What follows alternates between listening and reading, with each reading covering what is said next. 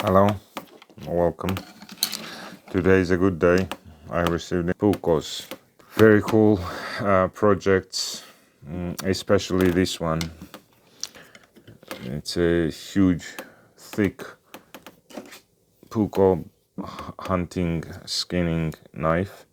We have 4.8 millimeters here, and at the tip 3.6, and it tapers down. So this is a very interesting design and shape format. I don't have a knife that is, for example, such a high Scandi that is thick here, and then usually they're of the same thickness. So it's a very interesting project that I will build these two knives. So this will be somewhat of an experiment. I have not built a handle, a knife handle like I am going to build now. I haven't built one before. So we're working on this Puronvarsi Hunter 85, I believe. So that's 85 millimeters of the blade length, and for the handle, what I came up with is this design. I want to have a single liner in the middle. This gives it a different effect, a nice visual effect. So this is what I want. In order, rather than gluing this together and drilling a hole, etc., which never ever turns out as exact as something like this, right? So I took out my 3mm, I believe. I kind of sanded it down, but maybe slightly more than 3 in the beginning. G10, and I put that in. Then I've cut out the shape for the handle, so that the handle goes in like so.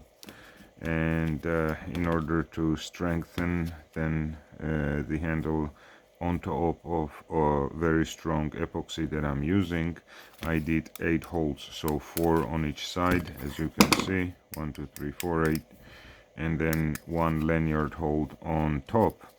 And all that will also be held together with this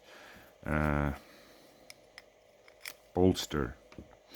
And when I say an experiment, this is exactly what I'm referring to. So usually when I make a handle, I do like to have these chamfered edges that are slanted downwards, right, like so. But that is with G10 or wood handles, or materials that I can just grind away. I found the Puukkos that I recently made, and this is a traditional way of making a Puukko. Actually, this can be even closer, all the way to the same level as the cutting edge. The issue with this type of bolsters is, how do you sharpen the knife?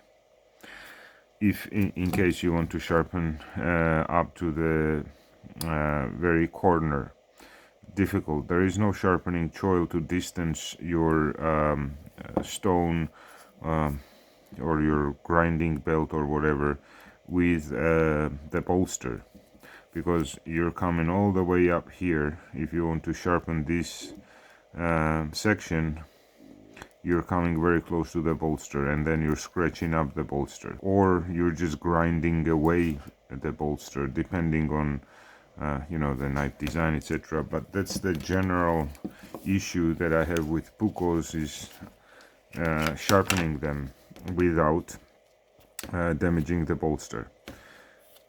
Now, as you can see, the bolster and is the end of the handle is always flat with Puukkos.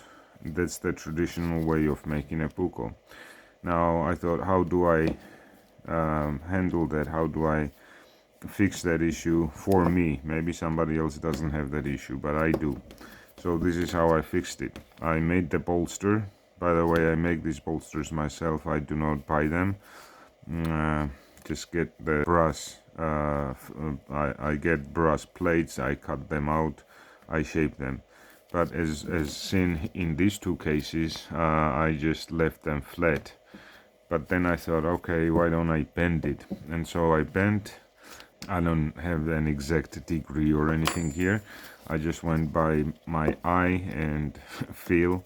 This is not done on a grinding disc or a grinding stone. I just used a hand file and made sure that all these edges are flat and proportional. But this is by no means exact. This is just by eye. So this goes on top in such a shape, and that actually aids in holding this together as well. But most importantly, it gives me that slant, it gives me that chamfered ending where I can sharpen the knife without let me put this in. I can sharpen the knife with less risk of damaging the bolster, scratching it up. Another solution I've found with these bolsters is just to bang it up real good ahead of time, like I've done in this case as well, so that because this is very soft metal, even stainless steel, even titanium, they scratch up very easy. So if you have a shiny bolster like in this case, it's very easy to get it scratched up, especially if you're sharpening. But even like, you know, using it and working it, you will get the shiny bolster scratched up. If this gets scratched up or this one gets scratched up, it's not as bad in visual terms.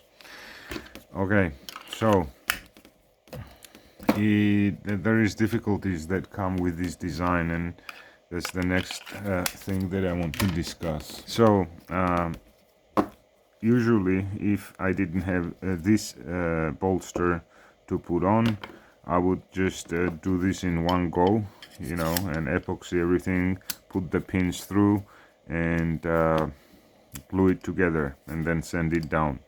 But because I have this bolster that I need to install, I can't do it all in one go, and I will have to glue this thing together first. Once that is dried, then I'll put glue inside and put the bolster on top, and then glue the handle together. Why? I have an OCD, and I like precise, exact things, right, when possible and where possible. Thing is, if I don't have this secure, I have no way of making sure that there are no gaps when I put on the bolster in one go, because this will have slight movement in it, and I will have to press down laterally as well as vertically, because you do want to press that bolster down as well. And because this won't be secure and it will still be in gluing process, I have no way of securing this. In a factory setting, of course, this would have been done in one go, but I don't have a factory setting. I just have one desk and several home tools. Anyway, I will not bore you anymore now and switch this time lapse, and we'll go through the process together. So basically I have these parts. This will be the lanyard hole. This is copper, it's not brass, and sometimes I do prefer using copper to brass, like so. I put some paper towel inside so that glue doesn't get in, or if it does, it's easy to remove because you have the paper towel in there. I have also, and I always do this, sanded this well so that it adheres, glue adheres to it better. So I don't glue shiny surfaces. I always try to sand them. Way to do this very quickly is just put this in a drill. Do not tighten too much because it is copper and soft, but put it in a drill and then put some sandpaper on the exposed side and then rotate it, do it to the other side as well. And I've done the same to these carbon fiber rods. You should be able to see, yeah, you see circular sanding to all of them. And then wash, because when you sand there'll be dust accumulated to that and to the material, and you don't want that. So then I wash them, I dry them. This is all prepared for gluing now, and same goes to preparing the surfaces. I've sanded the surfaces, then washed them and dried them. Every time I glue in a handle, a stick handle or a red tang handle, you see all these notches all along all of the corners. I try to round it off, the corners, not to have any sharp edges, and then I do notches, and I place these notches so that it has a retention function. So there is glue all over the place, and it is holding the handle, you know, that there's no way it will ever slide out. Yeah, so that's why I do that. On other full tang knives, you will have a hole inside the tang and then a pin or something running through, so there's no way of the knife coming out. In this case, we don't have that, and the shape and geometry of the tang doesn't naturally hold it in. As you can see, it narrows down, so it could slide out. And doing so many notches, dealing with epoxy, you would probably break the knife before it can slide out. Okay, so the way I'll do that is I'll basically use just the right amount of glue, then I will press this together, then finally I will put the handle in. Once everything is pressed, put the handle in and make sure that we have enough space and clearance there. If there will be any epoxy oozing out of there, when I put the handle in, it'll be pressed against the walls, etc. So I should be able to then later place glue in there and put the handle in. Okay, time lapse.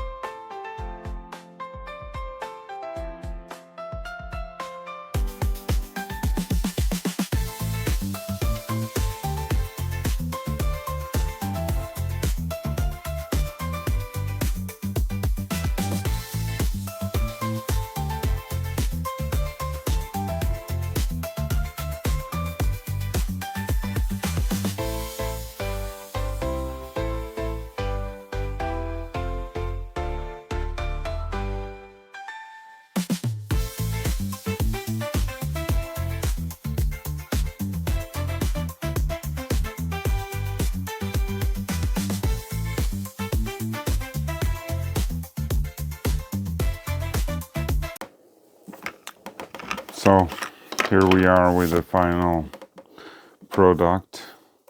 It's blued, the handle is finished, and I just got done making the sheath. Usually make this locking mechanism on the sheaths that I make, and I've started doing these indentations, dimples. Really helps with the lateral grip. I've done it on this other Puukko knife that I made, and there is a video of this as well on the channel. And I've obviously grown to like this hemp wrapped epoxy mixed kind of solution. Why I like this also is because it wraps around whatever type of handle, whether it's a sandwich, whether it's a stacked handle. It wraps around the entire structure of the handle and makes it that much stronger. So, you know, this is your standard small or medium size Puukko whittling, carving blade shape, and you know, it's your basic Mora type of geometry, similar 19 millimeters. These Puronvarsi blades are significantly wider, and this is the Hunter 85, which is the cutting edge. The blade is 85, but the 26.2, so over 26 millimeters in width. I'll quickly show other comparisons. This is the Enzo Trapper, the longer version of it, which is actually, I believe, even thinner or narrower, 26.3. So basically the same, I guess, but you can see it is a much shorter blade. Have a look at the Garberg here. Definitely narrower blade. This performs quite well because it has that rather high grind, and it is a zero Scandi grind. It is an actual Scandi ground knife. It does not have a secondary bevel. That tiny shine that you see, that is from stropping. That is not the shape of the cutting edge, actually. And it shows like that because I've blued the entire blade and then while stropping, and I have not reprofiled the blade. It is coming from Puronvarsi forge as it was. Now I'm very pleased with the way blade cuts. It's a very pleasant, predictable, controlled.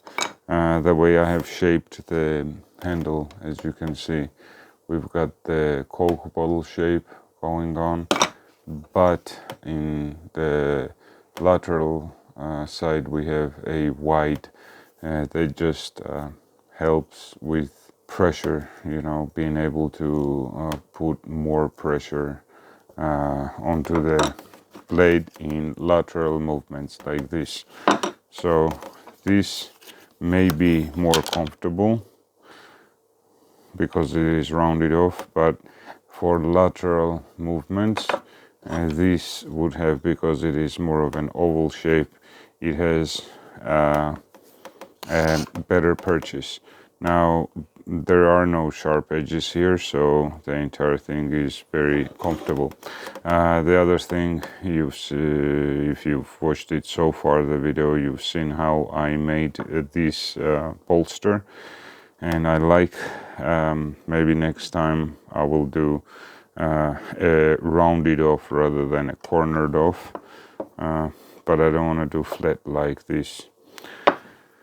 And I have another blade, so I'll be making, this is also a Puronvarsi I got both of them together, but it is significantly thicker stock than this. This should come out even a better blade, and I plan to do a stacked handle, or at least partially stacked handle. I'll be using leather as well, so stay tuned for that. That will be my next knife build project. So let's see how this feather sticks. When I tested it, it does extremely thin curls. I mean, you can put it extremely thin curls, and it's easy to manipulate. If you want to go deeper, it is a Scandi knife, Scandi grind, and deceptively sharp, very sharp.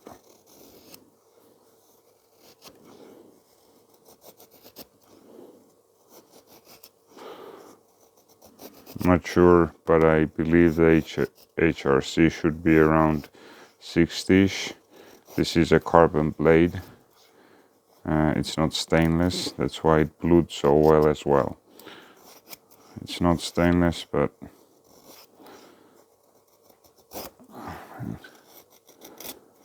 it's done very well with this.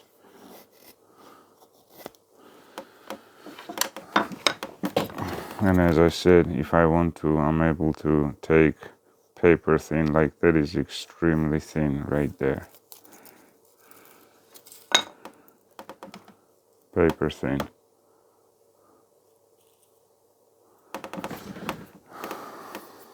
Okay.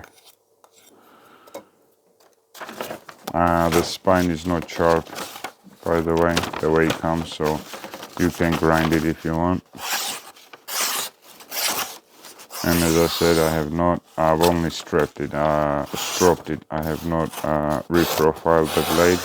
I am very happy with the factory angles, so I'll be using it like this. This serves as a main blade. Plenty enough stock, as you can see, rather thick tip. So this can be a very comfortable bushcraft knife, very capable bushcraft knife, and that's what I intend to use it for, as a main knife, and maybe I'll have a smaller one, a backup knife. I usually tend to carry two, a main one and a smaller whittling knife, even though this can also whittle quite well. It is a wide blade, so this will work as a main knife.